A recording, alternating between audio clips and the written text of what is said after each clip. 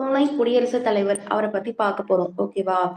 இவருக்கு என்னன்னா, துணை குடியரசுத் தலைவருக்கு அப்படின்ற ஒரு பதவிலாம் வந்து கிடையாது. தனியா இதுக்குன்னு ஒரு சேலரி இருக்கும் அப்படின்லாம் கிடையாது எதுவுமே. இவர் வந்து மாநிலங்களவை, மக்களவை அப்படின்னு சொல்லிட்டு நாடாளுமன்றத்துல 2 அவை பார்த்தோம்ல. அதுல மாநிலங்களவையினுடைய தலைவர் யாருன்னு கேட்டாங்கன்னா, இந்த துணை குடியரசுத் தலைவர் தான். சோ பதவி வழியில அவர் அங்க தலைவரா இருப்பாரு. அவருக்கு தான் இந்த துணை குடியரசுத் தலைவர் அப்படின்ற ஒரு பேர் வச்சு இங்க வந்து பார்த்துப்பாங்க. ஏன் அப்படின்னு கேட்டீங்கன்னா, குடியரசுத் தலைவர் வந்து எல்லா டைம்லயும் அவைலபிளா இருக்க முடியாது இல்லையா? சோ எப்பயாவது அவருக்கு வந்து உடம்பு சரியில்லை, இல்ல எங்கேயாவது போயிருக்காரு, அந்த மாதிரியான ரீசன்ஸ் வரும்போது, அந்த டைம்ல நம்ம நம்மள கவனிச்சுக்கிறதுக்கு, அந்த அவருடைய நடவடிக்கைகள் எல்லாத்தையும் பார்த்துக்கிறதுக்காக தான் துணை குடியரசுத் தலைவர் அப்படின்ற ஒரு பதவியை வந்து ஏற்படுத்தி வச்சிருக்காங்க. இன்கேஸ் குடியரசுத் தலைவரும் இல்ல, துணை குடியரசுத் தலைவரும் இல்ல அப்படின்ற பட்சத்துல வரும்போது யார் வந்து பார்த்துப்பாங்க அப்படின்னா, ஆம், இங்க அதாவது ரெண்டு பேரோட பதவியுமே காலியா இருந்துச்சு அப்படின்னா, உச்சநீதிமன்ற தலைமை நீதிபதி இருக்காங்க இல்லையா? அவங்க வந்து என்ன பண்ணிப்பாங்கன்னா, அந்த குடியரசுத் தலைவர் பணிகளை வந்து மேற்கொள்ளுவாங்க. இன்கேஸ் வெறும் இப்ப குடியரசுத் தலைவர் இல்ல அப்படின்னா, துணை குடியரசுத் தலைவர் போய் செய்வாரு அப்படின்னு பாக்குறோம். இதுவே வெறும் குடியரசுத் தலைவர் இருக்காரு, ஆனா துணை குடியரசுத் தலைவர் மட்டும்தான் இல்ல அப்படின்னா, அப்ப அந்த பதவியை யார் பார்ப்பாங்க அப்படின்னு கேட்டீங்கன்னா, அவரு மாநிலங்களவையினுடைய தலைவரா இருக்காரு இல்லையா? சோ அப்ப வந்து மாநிலங்களவையினுடைய துணைத் தலைவர் இருக்காருல்ல, அவர் வந்து துணை குடியரசுத் தலைவரினுடைய பதவிகளை பாத்துக்குவாரு. இதுதான் பேஸ். சோ இப்ப நம்ம உள்ள போய் பார்க்கலாம். இப்போ 63 ஆர்டிக்கல் வந்து 63 அப்படின்றது வந்து நாட்டினுடைய 2வது உயர்ந்த பதவிதான் துணை குடியரசுத் தலைவருடைய பதவி. நாட்டின் முதல் குடிமகன் ஃபர்ஸ்ட் உயர்ந்த பதவி எல்லாமே குடியரசுத் தலைவர் தான். அவருக்கு அடுத்த ஸ்டேஜ்ல இருக்கிறது வந்து துணை குடியரசுத் தலைவர். சோ நாட்டினுடைய 2வது உயர்ந்த பதவி அப்படின்னு சொல்லிட்டு 63 அந்த ஆர்டிக்கல் வந்து துணை குடியரசுத் தலைவருடைய பதவியை வந்து சொல்லுது. அதுக்கப்புறம் வந்து என்ன அப்படின்னு பாத்தீங்கன்னா, அலுவலக முன்னுரிமையின்படி குடியரசுத் தலைவருக்கு அடுத்த தரநிலையில் இவர் உள்ளார். இந்த பதவி அமெரிக்க துணை குடியரசுத் தலைவரினுடைய பதவியை போன்றது அப்படின்னு சொல்றாங்க. நம்ம வந்து நாடாளுமன்றத்துக்கு, இந்த பிரதமருக்கு இவங்களுக்கெல்லாம் எப்படி பார்ப்போம்னா, இங்கிலாந்துல இருந்து அந்த வெஸ்ட்மினிஸ்டர் முறையில இருந்து எடுத்திருக்கோம் அப்படின்றத பார்ப்போம். துணை குடியரசுத் தலைவர் பதவி அப்படின்றது வந்து அந்த அமெரிக்க துணை குடியரசுத் தலைவரின் பதவியை போன்றது அப்படின்ற மாதிரி இந்த இடத்துல சொல்லியிருக்காங்க. ஓகேவா? நாட்டின் அரசாங்க நடவடிக்கைகள் தொடர்ச்சியா நடைபெறதுக்கு அவர் இல்லாத பட்சத்திலையும் அப்படியே ஸ்டக் ஆகி நிக்காம கண்டினியூஸ்லி நடந்துட்டே இருக்கிறதுக்கு தான் துணை குடியரசுத் தலைவர் அப்படின்ற ஒரு பதவியை வந்து உருவாக்கி வச்சிருக்காங்கன்றத சொல்லியிருக்காங்க. ஓகேவா? அப்புறம் துணை குடியரசுத் தலைவருக்கான தேர்தல், அந்த தேர்தலில் போட்டியிடுவதற்கான தகுதிகள் என்னென்ன அப்படின்றத பாக்குறோம். அவருக்கும் இவருக்கும் சேமா தான் இருக்கும். ஒன்னே ஒண்ணுதான் அங்கேயும் இங்கேயும் வேரி ஆகும். அது என்னன்றத பாருங்களேன். ஃபர்ஸ்ட் என்னது? இந்திய குடிமகனா இருக்கணும். 35 வயது பூர்த்தி அடைந்தவராக இருத்தல் வேண்டும். மத்திய அரசிலோ அல்லது மாநில அரசிலோ உள்ளாட்சி அமைப்புகளிலோ ஊதியம் பெறும் பதவியில் இருக்கக்கூடாது. மாநிலங்களவை உறுப்பினர் ஆவதற்கான தகுதியை பெற்றிருக்க வேண்டும். ஏன்னா இவர் மாநிலங்களவையின் தலைவர். சோ மாநிலங்களவையின் உறுப்பினர் அவருக்கான தகுதியை என்ன பண்ணும்? இவர் வந்து பெற்றிருக்கணும். அதுவே குடியரசுத் தலைவரா இருந்தா மக்களவைக்கு அந்த உறுப்பினர் ஆவதற்கான தகுதியை வந்து என்ன பண்ணிருக்கணும்? பெற்றிருக்கணும் அப்படின்னு சொல்லியிருக்காங்க. இது வரைக்கும் ஓகேவா? 63 அப்படின்றது நாட்டினுடைய 2வது உயர்ந்த பதவிதான் துணை குடியரசுத் தலைவர் பதவி அப்படின்றத சொல்றது. இதுக்கப்புறம் அலுவலக முன்னுரிமையின்படி குடியரசுத் தலைவர் என்ன பண்ணியிருப்பாருன்னா, அதாவது துணை குடியரசுத் தலைவர் வந்து குடியரசுத் தலைவருக்கு அடுத்த நிலையில இருக்காரு அப்படின்றத சொல்றாங்க. அமெரிக்கால இருக்க துணை குடியரசுத் தலைவருக்கு ஈக்குவலா இந்த பதவி நம்ம இங்க வச்சிருக்கோம் அப்படின்னு சொல்லியிருக்காங்க. நாட்டினுடைய எல்லா அந்த நடவடிக்கைகளும் கரெக்டா கண்டினியூஸ்லி நடக்கிறதுக்காக தான் இந்த பதவி வச்சிருக்கோம் அப்படின்றத சொல்லியிருக்காங்க. சோ இதுக்கப்புறம் தான் என்ன பார்க்க போறோம் அப்படின்னா, துணை குடியரசுத் தலைவர் தேர்தல் மற்றும் பதவி காலம் என்ன அப்படின்றத பார்க்க போறோம். அவர் எப்படி தேர்ந்தெடுக்கிறாங்க. பிளஸ் அவர் வந்து எத்தனை வருஷம் வந்து ஆட்சியில் இருப்பாரு, இதெல்லாம் வந்து நம்ம பார்க்க போறோம். சட்டப்பிரிவு 66ல படி துணை குடியரசுத் தலைவர் மக்களால் நேரடியாக தேர்ந்தெடுக்கப்படாமல் குடியரசுத் தலைவர் போல மறைமுக தேர்தல் மூலயமா தான் தேர்ந்தெடுக்கப்படுவார். அப்ப குடியரசுத் தலைவர், துணை குடியரசுத் தலைவர்லாம் வந்து மறைமுக தேர்தல் மூலயமா தான் தேர்ந்தெடுக்கப்படுவாங்க அப்படின்றத இங்க சொல்றாங்க. அதுக்கப்புறமா நாடாளுமன்ற இரு அவைகளின் உறுப்பினர்களை உள்ளடக்கிய வாக்காளர் குழுமத்தின் மூலம் இவர் தேர்ந்தெடுக்கப்படுகிறார். இப்போ இவரோட எலெக்ஷன்ல யாரெல்லாம் வராங்கன்னு பாருங்களேன். நாடாளுமன்றத்தினுடைய இரு அவைகள் இருக்காங்க இல்லையா? மக்களவை, மாநிலங்களவை. இங்க இருக்கிற வாக்காளர் குழுமத்தால மட்டும்தான் நம்மளுடைய துணை குடியரசுத் தலைவர் வந்து தேர்ந்தெடுக்கப்படுறாரு அப்படின்னு சொல்லியிருக்காங்க. அவருடைய பதவி காலம் வந்து 5 வருஷம் தான். பதவி காலம் முடிய முன்னரே ஒருவேளை எனக்கு 5 வருஷம் இருந்துட்டாருன்னா பிரச்சனை கிடையாது. ஒருவேளை அவருக்கு அந்த பதவியில இருக்க பிடிக்கல, ஏதோ ஒரு பிரச்சனை, இல்லைன்னா அவரை வந்து பணி நீக்கம் செய்யறாங்க, ஒருவேளை இறந்து போயிடுறாரு, இந்த மாதிரி ஏதாவது ஒரு ரீசன் வரும்போது அவர் என்ன பண்ணுவாங்க அப்படின்னா, அதுக்கு அடுத்தது அந்த பதவி வந்து முடிவுக்கு கொண்டு வந்துட்டாங்க. அவர் மீண்டுமே வந்து குடியரசுத் தலைவருக்கு அவருக்கான தகுதி இருக்கு அப்படின்னு சொன்னாங்க. இப்போ வந்து அவர் இல்லாத சுச்சுவேஷன்ல நம்ம என்ன பண்ண முடியும்? இந்த மாதிரி டக்குன்னு போயிட்டாருன்னா அப்படின்னா, அது வரைக்கும் மாநிலங்களவையினுடைய துணைத் தலைவர் வந்து பார்த்துப்பாங்கன்னு சொன்னாங்களா? முடிஞ்ச அளவுக்கு சீக்கிரமா இந்த எலக்ஷன் வந்து நடத்தி அந்த பதவிய வந்து ஃபில் பண்ணணும் அப்படின்றதுதான் சொல்லியிருக்காங்க. அப்படின்னு அவங்க இதுக்கு அடுத்து சொல்லுவாங்க பாருங்களேன். அரசமைப்பு சட்டம் துணை குடியரசுத் தலைவரின் பதவிக்கான தொடர் வழிமுறைகளை வந்து நமக்கு குடுக்கல. இது போன்ற சூழ்நிலைகளில் துணை குடியரசுத் தலைவருக்கான தேர்தலை முடிந்தளவு விரைந்து நடத்த நடவடிக்கை எடுக்கப்படும் அப்படின்னு சொல்லியிருக்காங்க. புதிய துணை குடியரசுத் தலைவர் தேர்ந்தெடுக்கப்படும் வரைக்கும் தான் மாநிலங்களவையினுடைய துணைத் தலைவர் இருப்பார் இல்லையா? அவரு துணை குடியரசுத் தலைவரின் பணிகளை வந்து செஞ்சுட்டு இருப்பாரு அப்படின்றத சொல்லியிருக்காங்க. ஓகேவா? இன்கேஸ் 5 வருஷம் முடியறதுக்கு முன்னாடி அவருக்கு ஏதாவது ஒண்ணு ஆச்சு, அவரே போறாரு, இல்லைன்னா இவங்க எல்லாம் சேர்ந்து அவங்களை நீக்கிட்டாங்க, இந்த மாதிரி ஏதாவது ஒரு சுச்சுவேஷன் கிரியேட் ஆச்சுன்னா, முடிஞ்ச அளவுக்கு அந்த எலெக்ஷனை சீக்கிரமா வச்சு ஒரு புதிய துணை குடியரசுத் தலைவரை கொண்டு வரதுக்கு தான் பார்ப்பாங்க. அந்த குட்டி பீரியட் கொஞ்ச நாள் இருக்கும் பாத்தியா, அது வரைக்கும் யார் இருப்பாங்கன்னா மாநிலங்களவையினுடைய துணைத் தலைவர் வந்து துணை குடியரசுத் தலைவருடைய பணிகளை வந்து பார்த்துப்பாரு அப்படின்றத இங்க சொல்லியிருக்காங்க. இதுக்கப்புறம் பாருங்க, இதுக்கு நான் இப்ப முன்னாடியே சொன்ன மாதிரி குடியரசுத் தலைவரும் இல்ல, துணை குடியரசுத் தலைவரும் இல்ல. அப்ப யார் தான் நம்ம நாட்டை வந்து இது பண்ணுவாங்க அப்படின்னு பாத்தீங்கன்னா, உச்சநீதிமன்ற தலைமை நீதிபதி வந்து பார்த்துப்பாரு. இதுக்கு முன்னாடி இந்த மாதிரி ஏதாவது நடந்திருக்கானா? நடந்திருக்கு. அது எப்பன்னு பாருங்களேன். குடியரசுத் தலைவர் மற்றும் துணை குடியரசுத் தலைவரின் பதவிகள் ஒரே சமயத்தில் காலியாக இருக்கும் பட்சத்தில் உச்சநீதிமன்ற தலைமை நீதிபதி குடியரசுத் தலைவரின் பணிகளை செயலாற்றுவாங்க. யாரு? உச்சநீதிமன்ற தலைமை நீதிபதி. இது மாதிரி எப்ப நடந்திருக்குன்னா 1969 இத்தகைய ஒரு நிகழ்வின் போது உச்சநீதிமன்ற தலைமை நீதிபதியா இருந்த ஹிதயத்துல்லா அப்படின்றவங்க என்ன பண்ணிருப்பாங்கன்னா குடியரசுத் தலைவராக வந்து நியமிக்கப்பட்டிருப்பாங்க. ஓகேவா? எந்த வருஷம் யாரு? இதை நல்லா ஞாபகம் வச்சுக்கோங்க. உச்சநீதிமன்ற தலைமை நீதிபதியா 1969 இருந்த ஹிதயத்துல்லா என்ன பண்ணிருக்காருன்னா குடியரசுத் தலைவர் ஆயிருக்காரு. ஓகேவா? இது எல்லாம் ஞாபகம் வச்சுக்கோங்க, ரொம்ப இம்பார்ட்டன்ட்மா. அடுத்து பாருங்க, குடியரசுத் தலைவரினுடைய பணி நீக்கம், அவரோட பதவியை வந்து எப்படி நீக்குவாங்க அப்படின்றத வந்து பார்க்கலாம். மக்களவையினுடைய மக்களவையினுடைய ஒப்புதல். ஏன் அப்படின்னு பாத்தீங்கன்னா, மாநிலங்களவையினுடைய ஒரு தலைவரா இருக்காரு. சோ மக்களவைக்கும் இவருக்கும் அவ்வளவுக்கு சம்பந்தம் இல்ல. அதனால நம்ம என்ன பண்ணோம், மக்களவை கிட்ட ஜஸ்ட் ஒரு ஒப்புதல் மட்டும் கேட்டா போதும். நாங்க இந்த மாதிரி பண்ண போறோம், உங்களுக்கு ஓகேவானா அந்த மாதிரி அவங்க ஓகே அப்படின்னா முடிஞ்சிருச்சு. மத்தபடி அவங்க போய் அந்த பெரும்பான்மை எடுக்கணும், 3 ரீட் விடணும், அதெல்லாம் வந்து அவசியம் கிடையாது. ஓகேவா? மக்களவையின் ஒப்புதலுடன் மாநிலங்களவையின் பெரும்பான்மையுடன் அந்த கை தூக்குவாங்கன்னு சொல்வது, அவைக்கு வந்து கை தூக்குவாங்கன்னு சொல்வல்ல, அந்த பெரும்பான்மையுடன் நிறைவேற்றப்பட்ட தீர்மானத்தின் மூலம் துணை குடியரசுத் தலைவரின் பதவியிலிருந்து நீக்கலாம். சோ இந்த தீர்மானம் கொண்டு வருவதற்கு நாங்க இந்த மாதிரி உங்களை பதவியிலிருந்து நீக்க போறோங்க, உங்களை எங்களுக்கு பிடிக்க மாட்டேங்குது அப்படின்னு சொல்லிட்டு குறைஞ்சபட்சம் 14 நாளைக்கு முன்னாடியே இன்ஃபார்ம் பண்ணணும். யாருக்கிட்டனா துணை குடியரசுத் தலைவர்கிட்ட வந்து சொல்லணும். ஓகேவா? இங்க பாருங்க, மக்களவையின் ஒப்புதலுடன் மாநிலங்களவையின் பெரும்பான்மையுடன் நிறைவேற்றப்பட்ட தீர்மானத்தின் மூலம் துணை குடியரசுத் தலைவரை பதவியிலிருந்து நீக்கலாம். இத்தகைய தீர்மானம் கொண்டு வர குறைந்தபட்சம் 14 நாட்களுக்கு முன்னரே துணை குடியரசுத் தலைவர் ஒரு அறிவிப்பை வந்து வழங்க வேண்டும் அப்படின்னு சொல்லியிருக்காங்க. அந்த தலைவருக்கு வந்து ஒரு அறிவிப்பை என்ன பண்ணணும், அவங்க வந்து கொடுக்கணும். உங்களை நான் வந்து 14 நாளுக்கு முன்னாடி இன்ஃபார்ம் பண்றோம், உங்களை எங்களுக்கு பிடிக்க மாட்டேங்குது, நாங்க வந்து உங்களை பதவி நீக்கம் செய்ய போறோம் அப்படின்னு சொல்லிட்டு அவங்க வந்து சொல்லணும்னு சொல்றாங்க. அதுக்கப்புறம் பாருங்க, அவருடைய செயல்கள் வந்து என்னென்ன அப்படின்றத பார்க்க போறோம். துணை குடியரசுத் தலைவர் வந்து அந்த வகிக்கும் பதவி நிமித்தமாக மாநிலங்களவையினுடைய தலைவராக செயல்படுவாரு அப்படின்றத பார்த்தோம் முன்னாடியே. மாநிலங்களவையினுடைய தலைவர் என்ற முறையில் அவர் பல்வேறு பணிகளை வந்து மேற்கொள்றாரு. அது என்னென்ன அப்படின்னு பாருங்களேன். மாநிலங்களவையினுடைய நடவடிக்கைகளை இவர் முறைப்படுத்துவார். ஏன்னா தலைவர் இவர் தானே, சோ முறைப்படுத்திதான் ஆகணும்.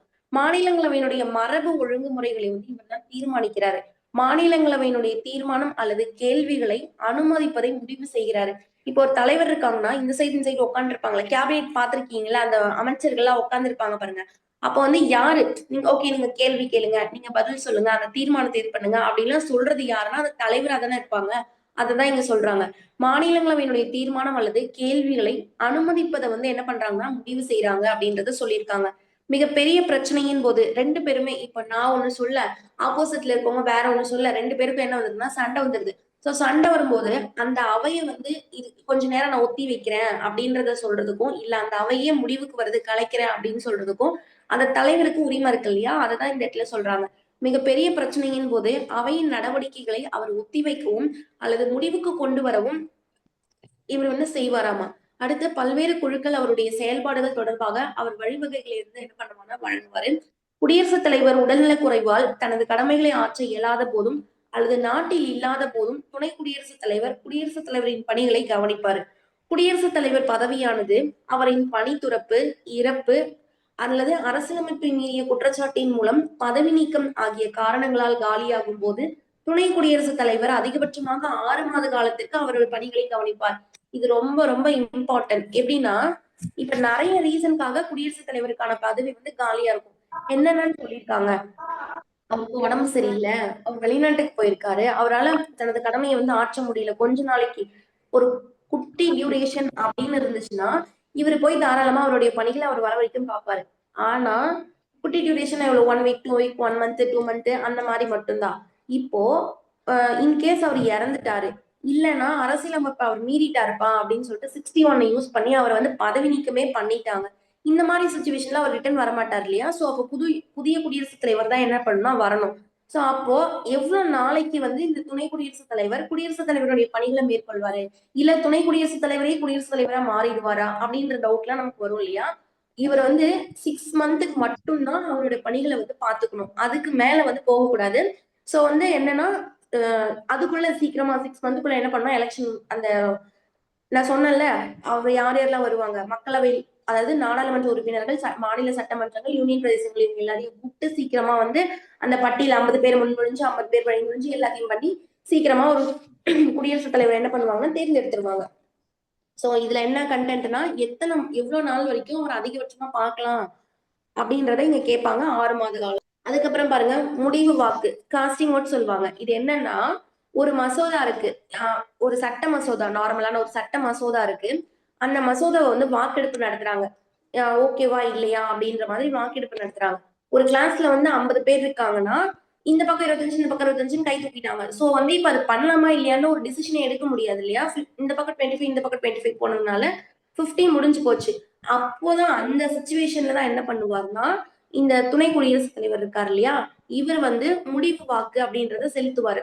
சோ 2 பக்கமும் சமநிலையில இருக்கு, மீதி இந்த டிசிஷன் வந்து நிறைவேறதுக்கு இன்னும் ஒரே ஒரு வாக்கு தான் தேவை அப்படின்ற பட்சத்துல ஆர்டிகல் 100 யூஸ் பண்ணி இவர் என்ன பண்ணுவாருன்னா ஓட்டு போடுவாரு. இவரு ஓகேன்னு சொல்லலாம், இல்ல ஓகே இல்லைன்னு சொல்லலாம். அதாவது ஒரு மசோதாக்கு ஓகே இது பண்ணுங்க அப்படின்றதுக்காக ஓட்டு போடலாம், இல்ல இது பண்ணக்கூடாது அவங்களுக்கு சார்பாகவும் இவர் என்ன பண்ணலாம் ஓட்டு போடலாம். இவர் ஏன் நீங்க ஏன் எங்களுக்கு ஓட்டு போடல அப்படின்னு சொல்லிட்டு யாரும் வந்து இவர் கொஸ்டின் பண்ண முடியாது. ஓகேவா? இதுதான் இந்த பாக்ஸ்ல இருக்கும். முடிவு வாக்குனா பாருங்களேன், மாநிலங்களின் அதாவது மாநிலங்கள் அவை இருக்கு இல்லையா, அங்க சட்ட மசோதாவின் மீது நடைபெற்ற வாக்கெடுப்பு சமநிலையில் இருக்கும் பட்சத்தில் அரசியலமைப்பு சட்டப்பிரிவு 100 படி துணை குடியரசுத் தலைவர் வாக்களிக்கலாம். இது சட்ட மசோதாவின் ஒப்புதலுக்கு ஒரே ஒரு வாக்கு மட்டுமே தேவை என்ற நிலையை குறிக்கிறது. ஆகையால் அவர் இந்த விருப்புரிமை அதிகாரத்தை வந்து சட்ட மசோதாவுக்கு ஆதரவாகவோ அல்லது எதிராகவோ வாக்களிக்கும் அதிகாரம் வந்து பெற்றிருக்கிறாரு. ஆனா அவருடைய முடிவுக்கு வந்து எதிர்ப்பு தெரிவிக்கிறதுக்கு எவருக்குமே உரிமை கிடையாது அப்படின்றத சொல்லியிருக்காங்க. இவ்வளவுதான். இப்ப நமக்கு இவர் வந்து ரொம்ப கம்மியா தான் இருப்பாரு. இங்க பாருங்க 63 ஒரு ஆர்டிக்கல் பார்ப்போம், அப்புறம் 100 பார்த்தோம், 66ல 1 பார்த்தோம். இன்னொன்னு எக்ஸ்ட்ரா ஞாபகம் வச்சுக்கோங்க, இவர் வந்து இங்க இருக்குல்ல மாநிலங்களவையின் அதாவது பதவி வழியில மாநிலங்களவையின் தலைவர் அப்படின்னு இருக்கும்ல, மாநிலங்களவை இதோ இங்க இருக்குல்ல துணை குடியரசுத் தலைவரினுடைய செயல்பாடுகள்ல அந்த துணை குடியரசுத் தலைவர் மாநிலங்களவையின் தலைவராக செயல்படுகிறார் அப்படின்றது இருக்குல்ல, அந்த இடத்துல வந்து 64 அதுக்கான ஆர்டிகல் ஒரு பதவி வழியில மாநிலங்களவையின் தலைவர் அப்படின்னு சொல்லிட்டு அலுவல் வழியில மாநிலங்களவையினுடைய தலைவர் அப்படின்றதுக்கான ஆர்டிகல் வந்து 64. ஏன்னா இவருக்கு ஆர்டிகளே ரொம்ப கம்மி தானே. சோ 63 அப்படின்றது நாட்டினுடைய 2வது உயர்ந்த பதவி அல்லது அவருடைய அலுவலகம் பத்தி அது வந்து பேசும். 63 அப்படின்றது 66ல 1 அப்படின்றது வந்து மறைமுக தேர்தல் மூலயமா இவர் வந்து தேர்ந்தெடுக்கப்படுறாரு. 100 அப்படின்றது காஸ்டிங் ஓட், முடிவு வாக்கு அப்படின்னு சொல்லுவாங்க. அந்த சட்ட மசோதாவுக்கு இன்னும் ஒரு வாக்கு தான் தேவைன்ற பட்சத்துல இவர் போயிட்டு என்ன பண்ணுவாரு வாக்களிப்பாரு அப்படின்றதுக்கான ஆர்டிகல் 100. அதுக்கப்புறம் என்ன பார்த்தோம், இப்ப 64 அப்படின்றத பாக்குறோம். இவர் பதவி வழியில மாநிலங்களவையினுடைய தலைவரா இருப்பாரு அப்படின்றதுதான் இது. இது வரைக்கும் ஓகேவா? இதுல ஏதாவது டவுட் இருக்கா உங்களுக்கு? ஆன்சர் பண்ணுங்கம்மா. ஏதாவது டவுட் இருக்கா? அடுத்து போலாமா? S ma'am. ஓகேமா. இப்ப வந்து பிரதமருக்கு போலாம். இப்ப குடியரசுத் தலைவர் முடிச்சிட்டோம், துணை குடியரசுத் தலைவர் முடிச்சிட்டோம். அடுத்து வந்து பிரதமருக்கு வந்திருக்கோம். பிரதமருக்குமே வந்து கம்மியான ஒரு இதுதான் இருக்கும். என்னன்னு பாத்துக்கலாம். ஃபர்ஸ்ட் வந்து என்ன அப்படின்னு பாருங்க. அரசியலமைப்பு சட்டப்பிரிவு 74ல 1. அங்க பாருங்க 63 பார்த்தோம், 66 பார்த்தோம், அப்புறம் என்ன பார்த்தோம், 64 பார்த்தோம், 100 பார்த்திருக்கோம். சோ மோஸ்டா வந்து 60 சில்லறையில தான் இருந்துச்சு. அதே மாதிரி இங்க பாருங்க 74ல வந்து ஸ்டார்ட் ஆகும். பிரதமர் அப்படின்னா மோஸ்டா 74. குடியரசுத் தலைவருக்கு 72ன்னு ஒரு ஆர்டிகல் பார்த்திருப்போம். அதை இங்க கொண்டு வராதீங்க. 74 அதுல இருந்து ஸ்டார்ட் பண்ணிக்கோங்க. சோ 74ல 1 அப்படின்றது குடியரசுத் தலைவருக்கு வந்து ஹெல்ப் பண்றதுக்காகவும் அவருக்கு அறிவுரை வழங்குறதுக்காகவும் பிரதம அமைச்சரை தலைவராக கொண்ட ஒரு மத்திய அமைச்சரவை குழு வந்து இருக்கணும் அப்படின்றத குறிப்பிடுதாமா. அப்ப இந்த பிரதமரும் அவங்களுக்கு கீழே இத்தனை அமைச்சர்கள் இருக்காங்கல்ல, இவங்க எல்லாம் ஏன் இருக்காங்க அப்படின்னு கேட்டாங்கன்னா, இவங்க எல்லாருமே குடியரசுத் தலைவருக்கு ஹெல்ப் பண்றதுக்காக தான் இருக்கிறாங்க. ஃபர்ஸ்ட் இந்த அமைச்சர்கள்லாம் இருக்காங்கல்ல, அந்த அமைச்சர்களுக்கு எல்லாம் தலைவரா பிரதமர் இருக்கணும். இவங்க எல்லாரும் சேர்ந்து குடியரசுத் தலைவருக்கு ஹெல்ப் பண்ணணும், அறிவுரை வழங்கணும் அப்படின்றதுக்கு தான் என்னன்னா ஆர்டிகல் 74ல 1 வந்து சொல்லுது. ஓகேவா? அரசியலமைப்பு சட்டப்பிரிவு 74ல 1 அப்படின்றது குடியரசுத் தலைவருக்கு உதவிடவும் அறிவுரை வழங்கிடவும் பிரதம அமைச்சரை தலைவராக கொண்ட ஒரு மத்திய அமைச்சரவை குழு இருக்கும் அப்படின்னு சொல்லிட்டு குறிப்பிடுகிறதுன்னு சொல்றாங்க. இது ஓகேவா? குடியரசுத் தலைவருக்கு ஹெல்ப் பண்ணவும் அவருக்கு அறிவுரை வழங்குறதுக்கும் தான் பிரதம அமைச்சரை தலைவராக கொண்டு ஒரு அமைச்சரவை குழு இருக்கிறாங்கன்னு 74ல 1 வந்து சொல்லுது. ஞாபகம் வச்சுக்கோங்க. அதுக்கடுத்து பாருங்க, குடியரசுத் தலைவர் அமைச்சரவை வழங்கும் அறிவுரையை வந்து மறுபரிசீலனை செய்யலாம். அதை வந்து என்ன பண்ண இப்ப வந்து அமைச்சரவை இப்ப அறிவுரை வழங்குறதுக்கும் ஹெல்ப் பண்றதுக்குலாம் இருக்கிறாங்க. நீங்க வந்து எனக்கு அறிவுரை சொல்றீங்க, நான் வந்து ஓகே அப்படின்னு சொல்லலாம். இல்லையா அந்த அறிவுரையை வந்து ரிஜெக்ட், ஓகே இவங்க இவங்க என்ன சொல்றது நான் என்ன கேட்கறதுன்ற மாதிரி அதை நான் வந்து அப்படியே விட்டுறலாம். இன்னொன்னு என்னன்னா, நீங்க வந்து சொன்னதை நான் செய்யலாம், செய்யாமலும் இருக்கலாம். நான் பாட்டுக்கு அமைதியா இருந்துட்டு இவங்க கேட்டாங்களா இல்லையா அப்படின்னு உங்களுக்கே ஒரு டவுட் வந்துரும்ல, அந்த மாதிரி. இன்னொன்னு என்னன்னா, நான் வந்து நீங்க வேற ஒரு அட்வைஸ் குடுக்குறீங்களா, இது எனக்கு கொஞ்சம் செட் ஆகல அப்படின்னு நான் உங்ககிட்டயே வந்து கேட்கறேன்னு வச்சுக்கோங்களேன். அப்ப நீங்க என்ன பண்ணுவீங்க, மேம் இதே சூப்பரா இருக்கு மேம், இதே ஃபாலோ பண்ணுங்க அப்படின்னு நீங்க ரிட்டன் என்கிட்ட அனுப்பிட்டீங்கன்னா அந்த அறிவுரையவே, நான் அதை கண்டிப்பா ஃபாலோ பண்ணி தான் ஆகணும் அப்படின்றத இந்த இடத்துல சொல்லுவாங்க. இங்க பாருங்களேன், குடியரசுத் தலைவர் அமைச்சரவை வழங்கும் அறிவுரையை வந்து மறுபரிசீலனை செய்ய, அதாவது எனக்கு வேற ஒண்ணு கொடுங்க, இதுல ஏதோ தப்பா இருக்கு, நீங்க கொஞ்சம் பாருங்க அப்படின்னு சொல்லிட்டு அந்த மசோதாவை ரிட்டர்ன் பண்றாருன்னு வச்சுக்கோங்களேன்.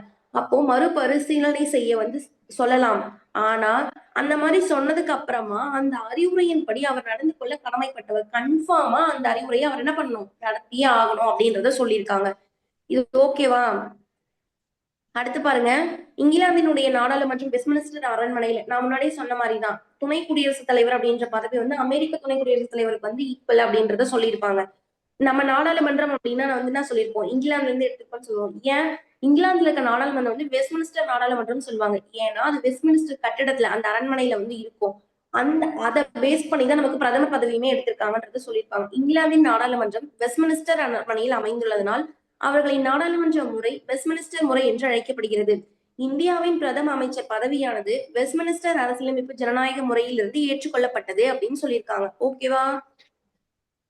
பிரதமர் பதவி எங்கிருந்து எடுத்திருக்காங்க, நமக்கு வந்து இங்கிலாந்துல இருந்தே எடுத்திருக்காங்க. ஞாபகம் வச்சுக்கோங்க, இதுல நான் கொஸ்டினா கேட்பேன். அடுத்து வந்து மக்களவையினுடைய பெரும்பான்மை கட்சியின் தலைவர் தான், இப்ப நம்ம எலெக்ஷன்ல ஓட்டு போட்டு யார் வின் பண்றாங்களோ அந்த கட்சியோட தலைவர் தான் யாரு, பிரதமர். ஓகேவா? இப்ப நம்ம எல்லாரும் எலெக்ஷன்ல ஓட்டு போடுவோம். அப்போ வந்து இந்த ஓகே பிரதமர் ஆவாங்களா, குடியரசுத் தலைவர் நியமிப்பாங்க. இப்போ வந்து ஈக்குவல் ஆயிடுச்சு, நிறைய பேர் நோட்டா போட்டாங்க, நிறைய பேர் வந்து வாக்கு வந்து பிரிச்சு பிரிச்சு போட்டுட்டாங்க, அதனால யாருமே அந்த பெரும்பான்மையை வந்து வாங்கவே இல்லை அப்படின்ற பட்சத்துல குடியரசுத் தலைவர் அவர் விருப்புரிமையின் அடிப்படையில யாரை வேணா அதுக்கு அடுத்த நிலையில இருக்க யாரையாவது ஒருத்தர் வந்து ஆட்சி அமைக்க வந்து சொல்லுவார். ஆனா அவங்க அந்த குறிப்பிட்ட டியூரேஷன் கொடுப்பாங்க, அதுக்குள்ள அந்த பெரும்பான்மைக்கு வரணும். ஓகேவா? இங்க பாருங்க, மக்களவையினுடைய பெரும்பான்மை கட்சியின் தலைவர் பிரதமர் அமைச்சராக குடியரசுத் தலைவர் நியமிப்பாங்க. மற்ற அமைச்சர்களையும் பிரதம அமைச்சரினுடைய ஆலோசனையின்படி குடியரசுத் தலைவர் என்ன பண்ணுவாங்கன்னா நியமிப்பாங்க. மக்களவையின் எந்த ஒரு கட்சிக்கும் தனி பெரும்பான்மை பலம் இல்லை அப்படின்னா குடியரசுத் தலைவர் என்ன பண்ணுவாங்கன்னா எந்த கட்சி அமைச்சரவையை அமைக்க முடியுமோ அந்த கட்சியின் தலைவரை அவர் அழைத்து அரசமைக்க கூறலாம். அவ்வளவுதான். இப்ப அவர் அடுத்து வந்து யார் அமைக்க முடியும்னு அவர் நினைக்கிறாரோ விருப்புரிமையின் அடிப்படையில அவர் கூப்பிட்டு அவர் அமைக்க சொல்லுவாரு அப்படின்றத சொல்லியிருக்காங்க. குடியரசுத் தலைவர் அமைச்சர்களுக்கு பதவி பிரமாணமும் ரகசிய காப்பு பிரமாணமும் செய்து வைக்கிறாரு. அதுக்கப்புறமா பிரதம அமைச்சர் மற்றும் மற்ற அமைச்சர்களுக்கான ஊதியங்கள் அந்த படிநிலைகள்லாம் யார் பண்ணுவாங்கன்னா நாடாளுமன்றம் தான் நிர்ணயிக்குது அப்படின்றத சொல்றாங்க. இது ரொம்ப ரொம்ப இம்பார்ட்டன்ட், ஞாபகம் வச்சுக்கோங்க. அவருக்கு பதவி பிரமாணம், ரகசிய காப்பு பிரமாணம்லாம் செய்யறது என்னவோ குடியரசுத் தலைவர் தான். ஆனா அவங்களுடைய ஊதியங்கள் அப்படின்னு வரும்போது அங்க யார் வந்துடுறாங்கன்னா நாடாளுமன்றம் வந்துடுறாங்க. ஓகேவா? அப்ப அமைச்சர்கள், அந்த பிரதம அமைச்சர் மற்றும் மற்ற அமைச்சர்களுடைய ஊதியங்களையும் படிநிலைகளையும் யார் நிர்ணயம் செய்யறாங்க அப்படின்னு கேட்டாங்கன்னா நாடாளுமன்றம் தான் நிர்ணயம் செய்யறாங்க. அதுக்கப்புறம் பாருங்க, நாடாளுமன்ற உறுப்பினரா இல்லாதவங்க கூட அமைச்சரா ஆகலாம். ஆனா இப்போ ஒரு கட்சினா வச்சுக்கோங்க, அதுல முக்கியமான உறுப்பினர்கள் நிறைய பேர் இருப்பாங்க. ஆனா எல்லாருமே அமைச்சர்களா அப்படின்னா கிடையாது. ஒரு போஸ்டிங், ஒரு குறிப்பிட்ட போஸ்டிங் இருக்கும். அத்தனை பேர் தான் வந்து அமைச்சரா ஆக முடியும்னு ஒரு ரூல்ஸ் இருக்கு. மொத்தமாவே 15% மக்களவையினுடைய உறுப்பினர்கள் இருப்பாங்கல்ல, 545 பேர் இருக்காங்க. அதுல 543 பேர் நம்ம தேர்ந்தெடுத்து அனுப்புறோம். அந்த 543 பேருமே அமைச்சரானா இல்ல. அதுல 15% மட்டும் தான் என்ன பண்ண முடியும்னா அமைச்சரா ஆக முடியும்ன்றத வந்து ரூல்ஸ் மாதிரி சொல்லியிருப்பாங்க. சோ அப்போ வந்து இப்போ அமைச்சரா அவங்க ஆகல. நார்மலா ஒரு நாடாளுமன்ற உறுப்பினரா தான் அவங்க இருந்துட்டு இருக்காங்க. ஓகேவா? அப்போ அவங்க வந்து இப்போ நான் நாடாளுமன்ற உறுப்பினர், அதாவது ஒரு வேற ஒருத்தவங்க அந்த கட்சியில நாடாளுமன்ற உறுப்பினரா கூட இல்லாத ஒருத்தவங்க வந்து நான் வந்து ஒரு அமைச்சர் ஆக முடியுமானா ஆகலாம். நீ நாடாளுமன்ற உறுப்பினரா இல்லனா கூட பரவாயில்ல, நீ வந்து அமைச்சர் ஆயிக்கோ. ஆனா 6 மாசத்துக்குள்ள நீ என்ன பண்ணணும்னா நாடாளுமன்றத்துல ஒரு உறுப்பினரா ஆகியே ஆகணும் அப்படின்றது ஒரு ரூல்ஸ் இருக்கு. ஓகேவா? இப்ப பாருங்க, அது உங்களுக்கு படிக்கும் போது புரிஞ்சிடும். ஊதியங்களையும் படிநிலைகள் நாடாளுமன்றம் நிர்ணயிக்குதுன்னு பார்த்துட்டோமா? நாடாளுமன்ற உறுப்பினரா இல்லாதவர் கூட அமைச்சராக நியமிக்கப்படலாம். ஆனால் அவர் 6 மாதத்திற்குள் நாடாளுமன்றத்துக்கு தேர்ந்தெடுக்கப்படுதல் வேண்டும் அப்படின்றத சொல்லியிருக்காங்க. சோ நாடாளுமன்ற உறுப்பினரா இல்லைனாலும் பிரச்சனை இல்லை, அவர் அமைச்சரா ஆகலாம். ஆனா 6 மாசத்துக்குள்ள என்ன பண்ணணும்? நாடாளுமன்ற உறுப்பினரா ஆகணும் அப்படின்றத சொல்றாங்க. அதுக்கடுத்து வந்து என்னன்னா, அமைச்சர்கள் தனிப்பட்ட முறையிலும் ஒட்டுமொத்தமாகவும் மக்களவைக்கு வந்து பொறுப்பானவர்கள் அப்படின்னு சொல்லியிருக்காங்க. இதுவும் கேட்பாங்க. அமைச்சர்கள் வந்து ஒட்டுமொத்தமா எதுக்கு பொறுப்பானவர்கள் அப்படின்னா மக்களவைக்கு வந்து பொறுப்பானவர்களா இருப்பாங்க அப்படின்றத சொல்லியிருக்காங்க. இது வந்து இதுக்கும் ஷார்ட்கட். நேத்து அந்த இது பார்த்துட்டு வந்தீங்களா? குடியரசுத் தலைவருக்கான பட்டியல் பார்த்தோம்ல. சரி, இது பாருங்க. இந்திரா காந்தியினுடைய பிரதமர் பட்டியல். சி இந்தி அந்த அவங்களுடைய பிரதமர் பட்டியலை வந்து பார்க்க போறோம். இதுல யார் யார் வருவாங்க அப்படின்றத பார்க்கலாம். ஷார்ட்கட் யோசிச்சுட்டு இருந்தா அப்படி இந்திரா காந்தின்னு சொல்லிட்டேன், சாரி. பிரதமர் பட்டியலை பார்க்க போறோம். ஃபர்ஸ்ட் குடியரசுத் தலைவர் பட்டியல் பார்த்தோம். இப்போ வந்து பிரதமர் பட்டியல் பார்க்க போறோம் இந்தியாவினுடையது. இப்ப பாருங்களேன், ஃபர்ஸ்ட் வந்து ஜவஹர்லால் நேரு. இதுக்கு இடையில யாரோ ஒருத்தவங்க வருவாங்க, அது எனக்கு யாருன்னு தெரியல. அவங்கள கூப்பிட்டு சாஸ்திரியை கொண்டுடலாம் அப்படின்றத சொல்லுவாங்க. ஓகேவா? ஜவஹர்லால் நேரு சாஸ்திரியை கொண்டுடலாம் அப்படின்றத சொல்லுவாங்க. இது இந்திரா காந்திக்கு வந்து தெரிய வந்து முறைச்சு பார்ப்பாங்க அப்படின்னு ஞாபகம் வச்சுக்கோங்க. ஓகேவா? என்னது, நேரு வந்து சாஸ்திரியை கொல்லலாம் அப்படின்னு பிளான் பண்ணும்போது அது இந்திரா காந்திக்கு தெரிய வந்துருது.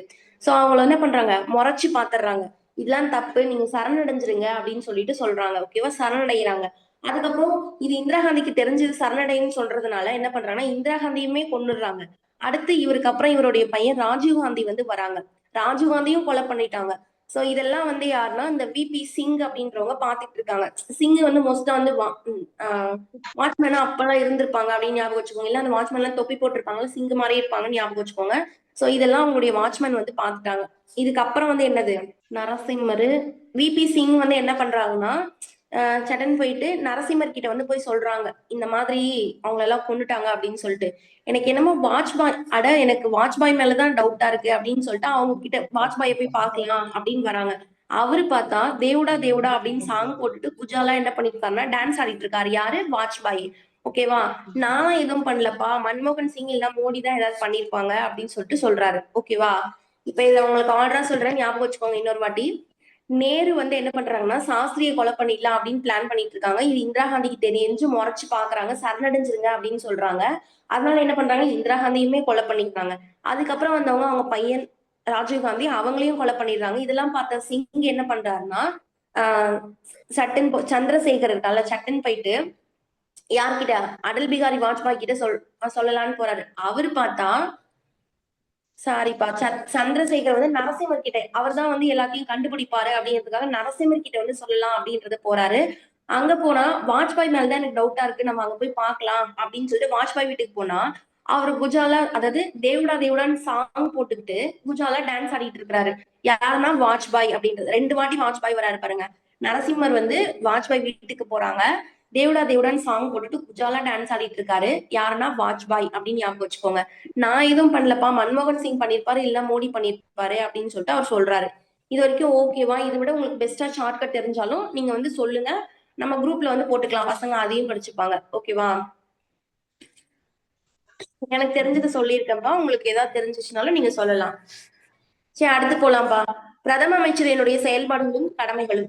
இப்போ அரசியலமைப்பு சட்டப்பிரிவு 78ல பிரதம அமைச்சரின் கடமைகளை வந்து பற்றி சொல்லுது அப்படின்னு சொல்றாங்க. சோ இது ரொம்ப முக்கியம்.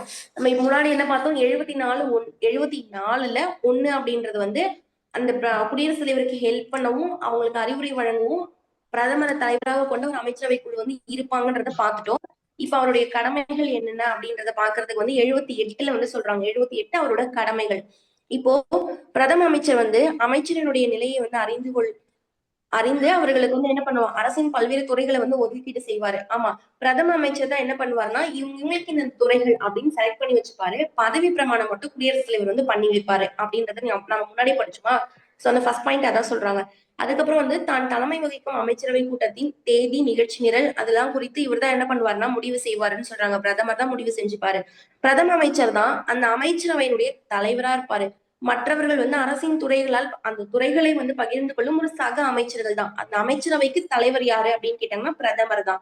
அதுக்கப்புறம் இந்த கேபினெட் அந்த கூட்டம் வந்து நடைபெறாத போது, இப்ப நம்ம இங்க பின்னாடி இந்த இன்னும் ஒரு அடுத்த படிப்போம் ஓகேவா, அமைச்சரவை குழு அப்படின்னு சொல்லிட்டு அதுல வந்து 3 அமைச்சர்கள் இருப்பாங்க. கேபினெட் அமைச்சர்கள், ராஜாங்க அமைச்சர்கள், இணை அமைச்சர்கள் சொல்லிட்டு. சோ அந்த கேபினெட் அமைச்சர்கள் வந்து ரொம்ப ரொம்ப இம்பார்ட்டன்ட். அதுல வந்து ரொம்ப கொஞ்சம் அதுலதான் நிறைய முடிவுகள் எல்லாம் எடுப்பாங்க. அவங்க கிட்ட வந்து கலந்து ஆலோசிச்சுட்டு தான் எடுப்பாங்க. சோ ஒருவேளை ஒரு வருஷத்துல வந்து கேபினெட் கூட்டமே நடைபெறல அப்படின்னா பிரதம அமைச்சர் என்ன பண்ணணும்னா தன்னோட மூத்த சகாக்கள் இருக்காங்க இல்லையா, அந்த மூத்தவங்களா இருக்கிறவங்க கிட்ட வந்து 2 இல்ல 3 பேர்கிட்ட வந்து என்ன பண்ணா இயல்பா போயிட்டு கலந்து ஆலோசிக்கணும் அப்படின்னு சொல்றாங்க.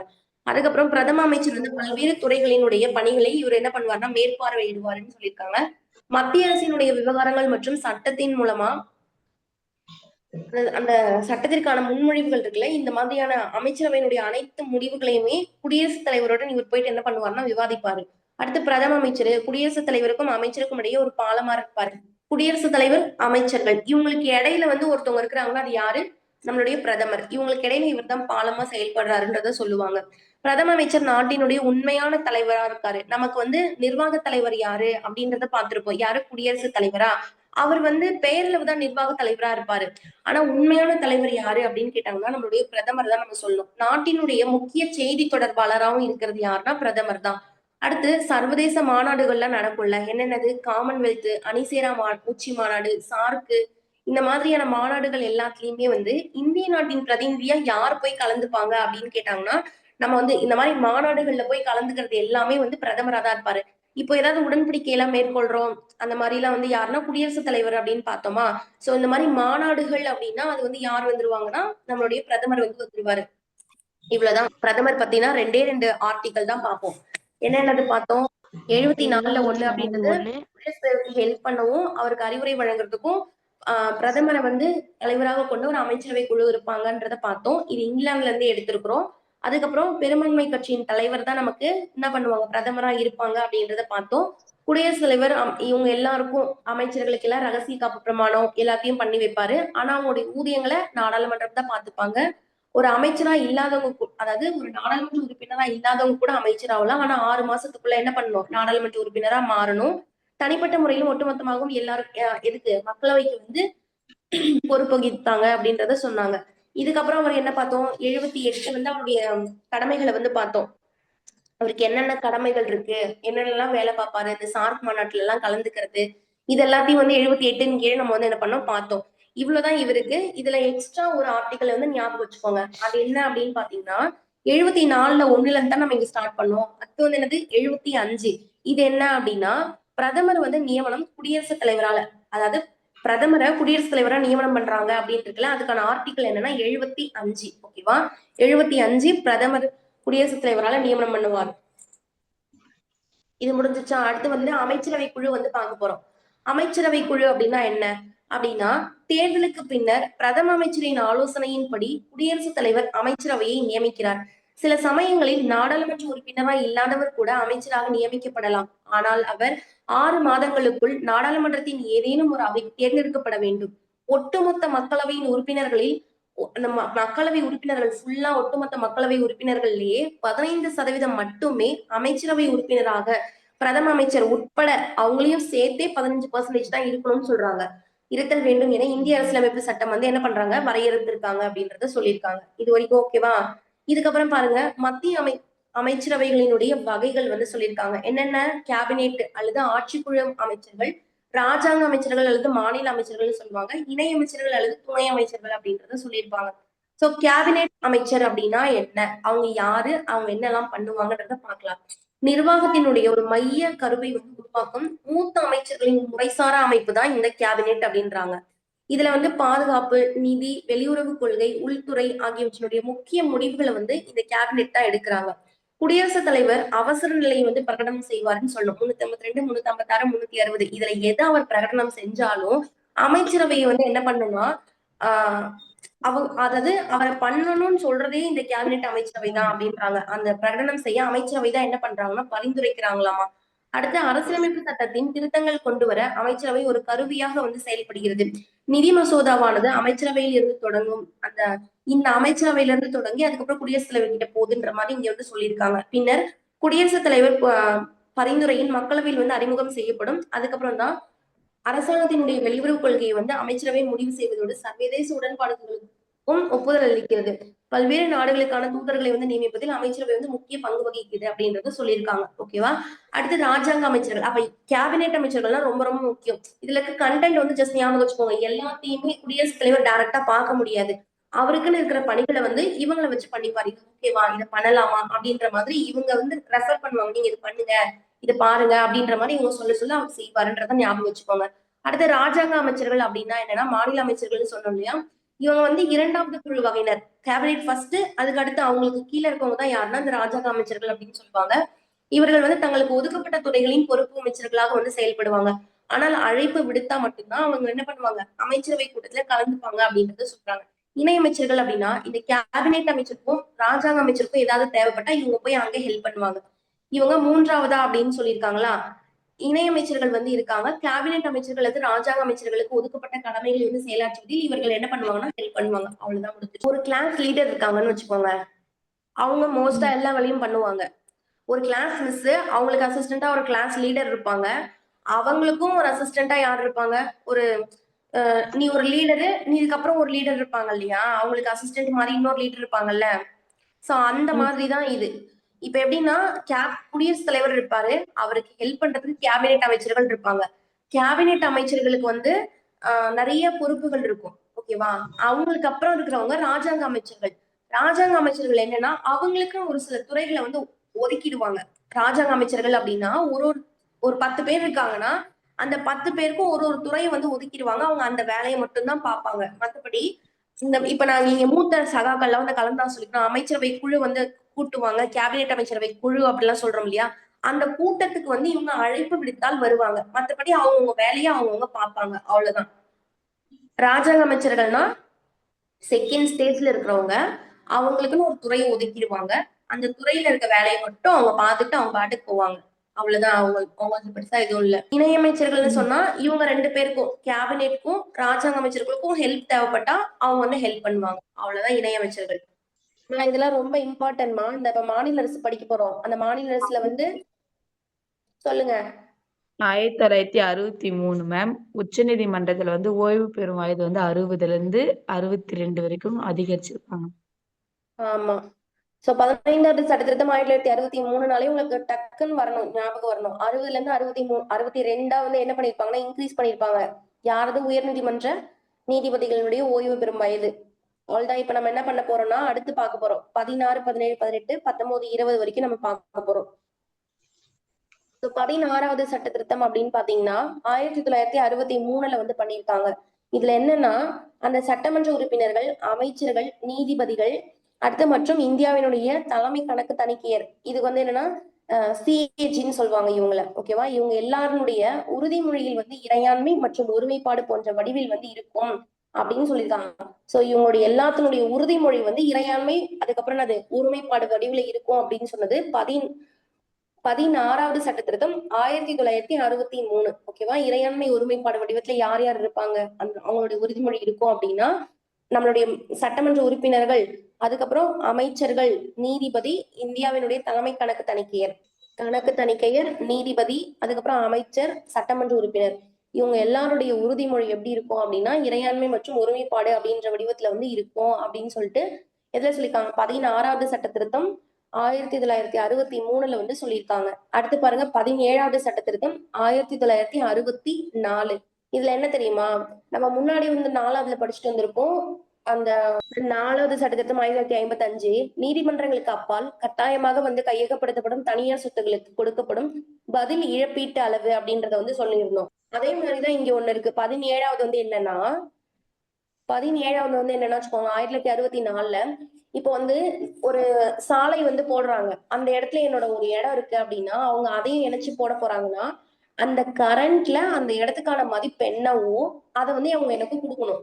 அப்படி கொடுத்தா மட்டும்தான் நான் அவங்களுக்கு அந்த இடத்த கொடுக்க முடியும். இல்லைன்னா நான் கொடுக்காம இருக்கிறதுக்கான உரிமை எனக்கு இருக்குன்றத சொல்லியிருக்காங்க. இங்க பாருங்க 17வது திருத்த சட்டம் 1964ன்னா நிலத்தினுடைய சந்தை மதிப்பை இழப்பீடாக வழங்கப்படவில்லை என்றால் வழங்கப்படல அந்த நிலத்தினுடைய சந்தை மதிப்பு என்னவோ அந்த கரண்ட் வேல்யூ என்னவோ அதை கொடுக்கலன்னா நிலத்தை வந்து கையகப்படுத்துவதை தடை வந்து செஞ்சுக்கலாம் அப்படின்றது சொல்லியிருக்காங்க. ஓகேவா. அதுக்கப்புறம் என்னது 18வது திருத்த சட்டம். 18 நாளே ஒரு புதுசா ஒரு லைஃபே நமக்கு ஸ்டார்ட் ஆகும். அதுக்கு முன்னாடி குழந்தையா இருந்திருப்போம். 18 வயசுல இருந்து நம்ம ஒரு காலேஜ் எல்லாம் போவோம். ஒரு மாதிரி யங்ஸ்டர்ஸா ஜாலியா வந்து சுத்துவோம்ல. சோ 18 வயசு அப்படின்றது வந்து ஒரு புதுசா அப்படின்றது ஞாபகம் வச்சுக்கோங்க. புதுசா பிறந்த மாதிரி இருக்கும். 1966 வந்து இது பண்ணியிருக்காங்க. ஒரு புதிய மாநிலத்தை வந்து உருவாக்க இது வந்து வழிவகுக்கிறது அப்படின்றத சொல்லியிருக்காங்க.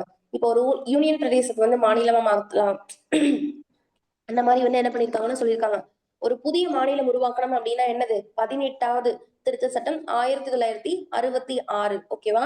ஒரு புதிய மாநிலத்தை உருவாக்கி இது வழிவகுக்கிறது. மேலும் ஒரு யூனியன் பிரதேசத்தையோ அல்லது ஒரு மாநிலத்தினிடையே யூனியன் பிரதேசத்தையோ மாநிலத்தினுடைய யூனியன் பிரதேசம் இருக்கும் அதோ இல்ல இதை ரெண்டுத்தையும் என்ன பண்றாங்கன்னா ஒன்றாக இணைத்து ஒரு புதிய மாநிலத்தையோ அல்லது புதிய யூனியன் பிரதேசத்தையோ வந்து உருவாக்க அனுமதி அளிக்கிறது அப்படின்றத சொல்றாங்க. அப்ப புதிய மாநிலம் அல்லது யூனியன் பிரதேசத்தை வந்து உருவாவதற்கான சட்ட திருத்தம் எது அப்படின்னு கேட்டாங்கன்னா 18வது சட்ட திருத்தம் 1966. ஓகேவா. ஞாபகம் வச்சுக்கோங்க, இதெல்லாம் ரொம்ப இம்பார்ட்டன்ட். 19வது திருத்த சட்டம் அப்படின்னா 1966 வந்து பண்ணியிருக்காங்க. 19வது திருத்த சட்டம் இதுல என்ன அப்படின்னு பாருங்களேன். தீர்ப்பாயங்களின் தேர்தல் முறையை வந்து ஒழித்து தேர்தலை வந்து நடத்த அதிகாரத்தை வழங்குது அப்படின்னு சொல்றாங்க. சோ இது வந்து தீர்ப்பாயங்கள் ரிலேட்டடா அந்த தேர்தலை ஒழித்து தேர்தல் நடத்த அதிகாரம் கொடுக்கணும் அப்படின்றது 19. அடுத்து 20வது திருத்த சட்டம் 1966 அப்படின்னா உச்ச நீதிமன்றத்தால் செல்லாதது என்று தீர்ப்பளிக்கப்பட்ட உத்தரப்பிரதேச மாவட்ட நீதிபதிகளின் நியமனங்கள் உறுதிப்படுத்தப்பட்டது அப்படின்னு சொல்லியிருக்காங்க. இது என்னன்னு தெரியல, நீங்க ஜஸ்ட் ஞாபகம் வச்சுக்கோங்க. 20வது திருத்த சட்டம் அப்படின்னா 1966லயா உச்ச நீதிமன்றத்தால செல்லாததென்று தீர்ப்பளிக்கப்பட்ட அந்த உத்தரப்பிரதேச மாவட்ட நீதிபதிகளின் நியமனங்கள், உத்தரப்பிரதேச மாவட்ட நீதிபதிகளினுடைய நியமனங்களை பத்தி உச்ச நீதிமன்றம் ஏதோ செல்லாததுன்னு தீர்ப்பளிச்சிருப்பாங்க போல. அதை வந்து என்ன பண்ணிருக்காங்கன்னா உறுதிப்படுத்தப்பட்டதுக்கு வந்து 20வது திருத்த சட்டம் சொல்லியிருக்காங்க. 10வது திருத்த சட்டம் எதை பத்தி சொல்லுவாங்க? இந்திய ஒன்றியத்தில் தத்ரா மற்றும் நகர் ஹவேலி இணைக்கப்பட்டது. ஆமா. 9வது பெருபாரி வழக்கு பத்தி சொல்லியிருப்பாங்கல்ல. பெருபாரி அப்படின்ற பிளேஸ் மேற்கு வங்காளத்துல இருக்கும். அது இந்தியா பாகிஸ்தானுக்கு ஒரு ஒப்பந்தம் போட்டு 60ல வந்து அது பண்ணிருப்பாங்கன்றத பார்த்திருப்போம்ல. 8ல அதனால விரிவுபடுத்தியிருக்கோம். இந்த மாதிரி எல்லாம் நீங்க டெய்லியுமே ரிவிஷன் பண்ணணும். ரிவிஷன் பண்ணதான் உங்களுக்கு வந்து என்ன பண்ணும் ஞாபகத்துக்கு வரும். ஓகேவா. 6வது திருத்த சட்டம் என்னது? 6வது என்னமா 1956 தவிர்த்து விற்பனைக்கு வந்து கொள்முதல் செய்யற அந்த இதுக்கு வந்து வாணிபத்திற்கு விதிக்கப்படும் வரி மேம். ஆமா. நீ விக்கிறவங்களா இருந்தாலும் சரி, நீ வாங்குறவங்களா இருந்தாலும் சரி, மாநிலங்களுக்கிடையே நீ பண்ணனா பத்திரிக்கையை தவிர மத்த நீ எதுக்கு பண்ணாலும் நீ எனக்கு வரி கொடுக்கணும்ன்றத சொல்லியிருப்பாங்க. எதுக்கு? 6வது திருத்த சட்டம் 1956. 20 வரைக்கும் முடிச்சிட்டோம். பரவாயில்ல. இன்னும் நான் 103 தான் இருந்துச்சு. சட்டமன்ற உறுப்பினர்கள்ல நம்ம தேர்ந்தெடுத்து அனுப்புறவங்க. அந்த நம்ம அனுப்புனவங்களாம் போயிட்டு ஒருத்தவங்களை தேர்ந்தெடுப்பாங்கல்ல, அவங்கதான் இந்த மாநில உறுப்பினர்கள், மாநிலங்களவையினுடைய உறுப்பினர்கள். மீதி குடியரசுத் தலைவர் எத்தனை பேரை வந்து தேர்ந்தெடுப்பாருமா? 12 பேர். சூப்பர்மா. 12 பேர் தேர்ந்தெடுப்பாரு. மக்களவைக்குன்னா எத்தனை பேருமா தேர்ந்தெடுப்பாரு குடியரசுத் தலைவர்? 2 பேர் மேம். ஆமா, 2 பேர் வந்து தேர்ந்தெடுப்பாரு. நம்ம வந்து ஒரு குடியரசுத் தலைவர் ஆகணும், இல்ல பிரதமர் ஆகணும், துணை குடியரசுத் தலைவர் ஆகணும்னா நமக்கான ஏஜ் லிமிட் என்ன? எந்த வயசுல வந்து போய் ஆக முடியும்? 35 வயசு பூர்த்தி அடைஞ்சிருக்கோம். குடியரசுத் தலைவருக்கும் துணை குடியரசுத் தலைவருக்கும் 35 வயசு வந்து ஆயிருக்கணும். ஓகேவா. சூப்பர்மா. குடியரசுத் தலைவருக்கான பதவி விலகலுக்கான ஆர்டிகல் என்ன? நாடாளுமன்றத்தை ஒரு வருஷத்துக்கு எத்தனை டைம் வந்து உரையாற்றி தொடங்கி வைப்பாரு நம்மளுடைய குடியரசுத் தலைவர்? 2 முறை மேம். 2 முறை. சூப்பர்மா, சூப்பர்மா. நாட்டினுடைய இரண்டாவது உயர்ந்த பதவின்னு சொல்லிட்டு அவருடைய அலுவலகம் பத்தி துணை குடியரசுத் தலைவர் சொல்ற குடியரசுத் தலைவருக்கான ஆர்டிகல் என்ன? 63 மேம். 63. சூப்பர்மா. இவர் மறைமுக தேர்தல் மூலமா தேர்ந்தெடுக்கப்படுறாருன்றதுக்கான ஆர்டிகல் என்னமா? 66 மேம். 66 1. 1 துணை குடியரசுத் தலைவர். ஓகேமா, 66ல 1. சூப்பர்மா. அடுத்து வந்து இப்போ வந்து நான் துணை குடியரசுத் தலைவரை பதவி விலகணும்னு சொல்லிட்டு அந்த மாநிலங்களவையில் இருக்கவங்க நினைக்கிறாங்க, மக்களவையின் ஒப்புதலும் கொடுத்துட்டாங்க. சோ எத்தனை நாளைக்கு முன்னாடி அவர்கிட்ட இன்ஃபார்ம் பண்ணணும்? 14 நாள். சூப்பர்மா, சூப்பர்மா. 14 மேம். ஓகேமா, 14 நாளைக்கு முன்னாடி என்ன பண்ணணும்? இன்ஃபார்ம் பண்ணணும். இவர் வந்து பதவி வழியில மாநிலங்களவையினுடைய தலைவரா இருப்பாரு அப்படின்றத பார்த்தோம். அதுக்கான ஆர்டிகல் என்ன? 64 மேம். சூப்பர்மா, 64. இப்போ வந்து குடியரசுத் தலைவர் இல்ல மீன்ஸ் அவர் ஜஸ்ட் போல கொஞ்ச நாளைக்குன்னு போல ஃபுல்லாவே பணித்துறப்பு செஞ்சுட்டு போயிட்டு இருக்கலாம், இல்ல இறந்து போயிருக்கலாம், இல்ல அவர் பதவி விலகல் பண்ணிருக்கலாம். இந்த மாதிரி ரீசனுக்காக அவர் இல்லாத பட்சத்துல துணை குடியரசுத் தலைவர் அந்த பதவியை எவ்வளவு காலம் செய்யலாம்? 6 மாதம். 6 மாதம் மேம். சூப்பர்மா, சூப்பர்மா. இப்போ வந்து ஒரு மசோதா இருக்கு, சட்ட மசோதா. அந்த மசோதா வந்து என்னன்னா பாதி பாதி இந்த பக்கம் பாதி இந்த பக்கம் பாதின்னு வந்துருச்சு. இன்னும் ஒரு ஓட்டு போட்டா அந்த அந்த வாக்கு அந்த மசோதா வந்து செல்லுமா செல்லாதான்றத பாத்துடலாம். சோ அந்த லாஸ்ட் வாக்கு, முடிவு வாக்கு யார் செலுத்துவா? அதுக்கான ஆர்டிகல் என்ன?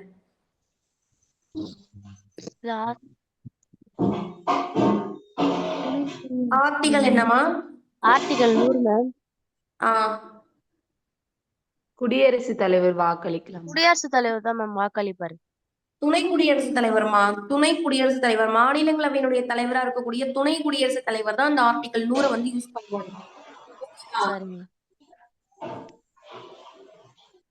ஓகேவாமா? Okay ma'am.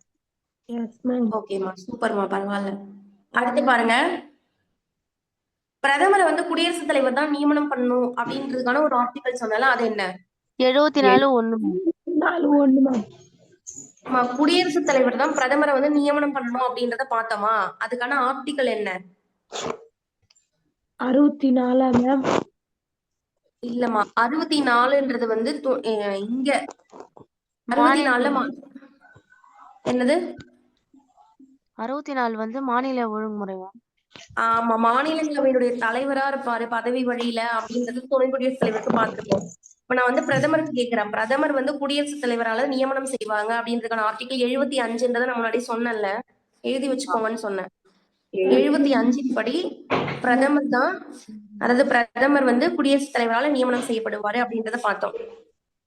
74ல 1னா என்ன அப்படின்னா, குடியரசுத் தலைவருக்கு ஹெல்ப் பண்றதுக்கும் அவருக்கு உதவி செய்யறதுக்கு பிளஸ் அறிவுரை வழங்குறதுக்கு இதுக்குதான் வந்து இந்த அமைச்சரவை குழு இருக்காங்க. அந்த அமைச்சரவை குழுக்கு பிரதமர் தலைவரா இருப்பாரு அப்படின்னு சொல்லிட்டு 74ல 1 சொல்லியிருப்பாங்க. ஓகேவா? இன்னொரு வாட்டி ரீட் பண்ணுங்க, அப்பதான் புரியும். இவங்களுடைய ஊதியங்கள்லாம் யார் பாத்துக்குவாங்க? அமைச்சர்களுடைய ஊதியங்கள், பிரதம அமைச்சர் மற்றும் மற்ற அமைச்சர்களுடைய ஊதியங்கள், பணிநிலைகள்லாம் யார் பாக்குறாங்க? நாடாளுமன்றம். ஆமா, நாடாளுமன்றம். சூப்பர்மா, சூப்பர். அமைச்சர்கள் தனிப்பட்ட முறையிலும் ஒட்டுமொத்தமாகவும் யாருக்கு பொறுப்பானவங்க? மக்களவை. நாடாளுமன்றத்துக்கு. மக்களவைக்கு பொறுப்பானவர்கள். சூப்பர்மா.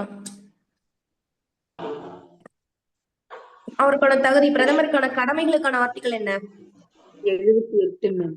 78 மேம். Super, super. யாராவது ஒருத்தருக்கான ஷார்ட்கட் சொல்லுங்க இந்திய பிரதமர் பட்டியலுக்கு. நேரு, சாஸ்திரி, இந்திரா காந்தி வந்து மேம் அது இன்னொரு வாட்டி சொல்லுங்க மேம். நேரு வந்து சாஸ்திரி, இது வந்து ஷார்ட்கட் தான். ஓகேவா? சும்மா ஷார்ட்கட், நீங்க ஞாபகம் அந்த ஆர்டர்ல ஞாபகம் வச்சுக்கணுன்றதுக்காக தான் இது சொல்றது. அப்படியே அந்த ஸ்டோரி ஞாபகம் வச்சுட்டு அந்த ஆர்டரை ஞாபகம் வச்சுக்கோங்க. நேரு வந்து சாஸ்திரியை கொலை பண்ணிட்டாரு. ஓகேவா? அது இந்திரா காந்தி இந்திரா காந்திக்கு தெரிஞ்சிருச்சு, முறைச்சு பாக்குறாங்க, சரணடைஞ்சிருங்க அப்படின்னு சொல்றாங்க. இவளுக்கு தெரிஞ்சிருச்சுன்னு சொல்லிட்டு இந்திரா காந்தியும் என்ன பண்ணிட்டாங்கன்னா கொலை பண்ணிட்டாங்க. சோ இந்திரா காந்திக்கு அப்புறம் இருக்கக்கூடிய ராஜீவ் காந்தி அவங்களுக்கு அப்புறம் ஆட்சிக்கு வராங்க. ராஜீவ் காந்தியுமே கொலை பண்ணிட்டாங்க. அப்புறம் பிபி சிங் தான் அங்க வந்து வாட்ச்மேனா இருந்திருப்பாருன்னு ஞாபகம் வச்சுக்கோங்க. இவர் சட்டுன்னு போயிட்டு நரசிம்மராவ் கிட்ட சொல்றாங்க. நரசிம்மன் வந்து ஒரு கடவுள் மாதிரின்னு வச்சுக்கோங்களேன். எல்லா தப்பையும் கண்டுபிடிச்சிருவாரு. சோ நரசிம்மன் கிட்ட போய் சொல்றாங்க. சொன்ன உடனேயும் வாஜ்பாய் மேலதான் எனக்கு டவுட்டா இருக்கு, அங்க போலாம் வா அப்படின்னு சொல்லிட்டு வாஜ்பாய் வீட்டுக்கு போறாங்க. அவரு பார்த்தா தேவடா தேவடான்னு சாங் போட்டு குஜாலா டான்ஸ் ஆடிட்டு இருக்கிறாரு. சோ வாஜ்பாய் கிட்ட போயிட்டு நீங்க தானே கொலை பண்ணீங்க அப்படின்னு சொல்லிட்டு கேக்குறாங்க. ஐயோ நான்லாம் பண்ணல, மன்மோகன் சிங் இல்ல நரேந்திர மோடி தான் பண்ணிருப்பாங்க அப்படின்னு சொல்றாங்க. சோ இந்த ஷார்ட்கட் யாராவது ரிப்பீட் பண்ணுங்க. இது உங்களுக்கு ஏதாவது பெஸ்டா தெரிஞ்சிருந்தாலும் சொல்லுங்க, அவங்க ஞாபகம் வச்சுக்குவாங்க. குரூப்ல போடுங்க. ஓகேவா? புதுடெல்லியில அவருக்கு இல்லம் மற்றும் வீடு இருக்கும். சாரி, இல்லம் மற்றும் அவருடைய பணி செய்யற இடம் ரெண்டும் ஒரே இடத்துல இருக்கும். அதுக்கான பேர் என்ன? புதுடெல்லியில இருக்கிறதுக்கான பேர் என்ன? ரிட்ரீட் கட்டிடம் ராஷ்டிரபதி நிலையம் மேம். ரிட்ரீட் கட்டிடம் ராஷ்டிரபதி இல்ல மேம். நான் என்ன கேட்டேன்னா, புதுடெல்லியில இருக்கிற குடியரசுத் தலைவரின் இல்லம் மற்றும் அவருடைய அதாவது அவருடைய வீடும் அவருடைய பணி செய்யற இடமும் புதுடெல்லியில இருக்கும் இல்லையா, அது என்ன? அதுக்கு பேர் என்ன? பவன். ராஷ்டிரபதி பவன். டெல்லியில இருந்துச்சுன்னா அதுக்கு பேரு பவன். அதுவே சிம்லால இருந்துச்சுன்னா அதுக்கு வந்து ரிட்ரீட் கட்டிடம். அதுக்கு கன்ஃபியூஸ் ஆக மாட்டீங்க. இது ஹைதராபாத்ல இருந்துச்சுன்னா அதுக்கு பேர் தான் என்னன்னா ராஷ்டிரபதி நிலையம். ஓகேவா? ஒரு ஒரு ஊர்லயும் இருக்கலாம், அது ரொம்ப முக்கியம். எந்த ஊர்ல எது இருக்கு அப்படின்றத பாத்துக்கணும். அவருக்கு இருப்பிடத்துடன் கூடிய மேலும் 2 அப்படின்னு கேட்டாங்கன்னா தான் நீங்க என்ன சொல்லணும்? சிம்லால இருக்க ரிட்ரீட் கட்டிடம், ஹைதராபாத்ல இருக்க ராஷ்டிரபதி நிலையம். நார்மலா அவர் எங்க இருப்பாரு, வருஷம்லாம் எங்க இருப்பாரு அப்படின்னு கேட்டாங்கன்னா டெல்லியில தான் இருப்பாரு. அதுக்கு பேரு ராஷ்டிரபதி பவன். ஓகேவா? அவ்வளவுதாம்மா. இன்னைக்கு வந்து இது வரைக்கும் பாத்திருக்கோமா? நாளைக்கு வந்து என்ன பண்ணுவோம்னா நாடாளுமன்றம் வந்து ஸ்டார்ட் பண்ணுவோம். நாடாளுமன்றத்துல நம்ம 2 அவை பார்த்திருப்போம்ல. ஒண்ணு மாநிலங்களவை ஃபுல்லா பார்த்துட்டு அதோட தேர்தல் எப்படி நடக்குது, மாநிலங்களுடைய செயல்பாடுகள் என்னென்ன, அதெல்லாம் பார்த்து முடிச்சுட்டு மக்களவைக்கு வருவோம். மக்களவையில அதுக்கூட தலைவர் யாரு, சபாநாயகரை பத்தி பார்ப்போம். பிளஸ் மக்களவை பத்தி மத்த எல்லா டீடைல்ஸும் பார்த்துட்டு சபாநாயகர் முடிச்சோடனே மாநிலங்கள் அதாவது நாடாளுமன்றம் ஃபுல்லா முடிஞ்சிடும். அதுக்கப்புறம் வழக்கறிஞர் வந்து பார்ப்போம். அவருக்கு என்னென்ன பவர் இருக்கு அதெல்லாம் பார்த்துட்டு அடுத்து நீதித்துறை பார்ப்போம். உச்சநீதிமன்றம், அதுக்கப்புறம் அந்த உச்சநீதிமன்றத்தினுடைய அதனுடைய அமைப்பு எப்படி இருக்கு, அதனுடைய நீதிபதிகளோட தகுதி என்ன, அது எல்லாமே நம்ம இங்க வந்து பார்ப்போம். அவ்வளவுதான். இது ரெண்டுத்தையும் நம்ம பார்த்து முடிச்சிட்டோம்னா இந்த லெசன் முடிஞ்சிடும். அதுக்கடுத்து புக் பேக். அவ்வளவுதான்.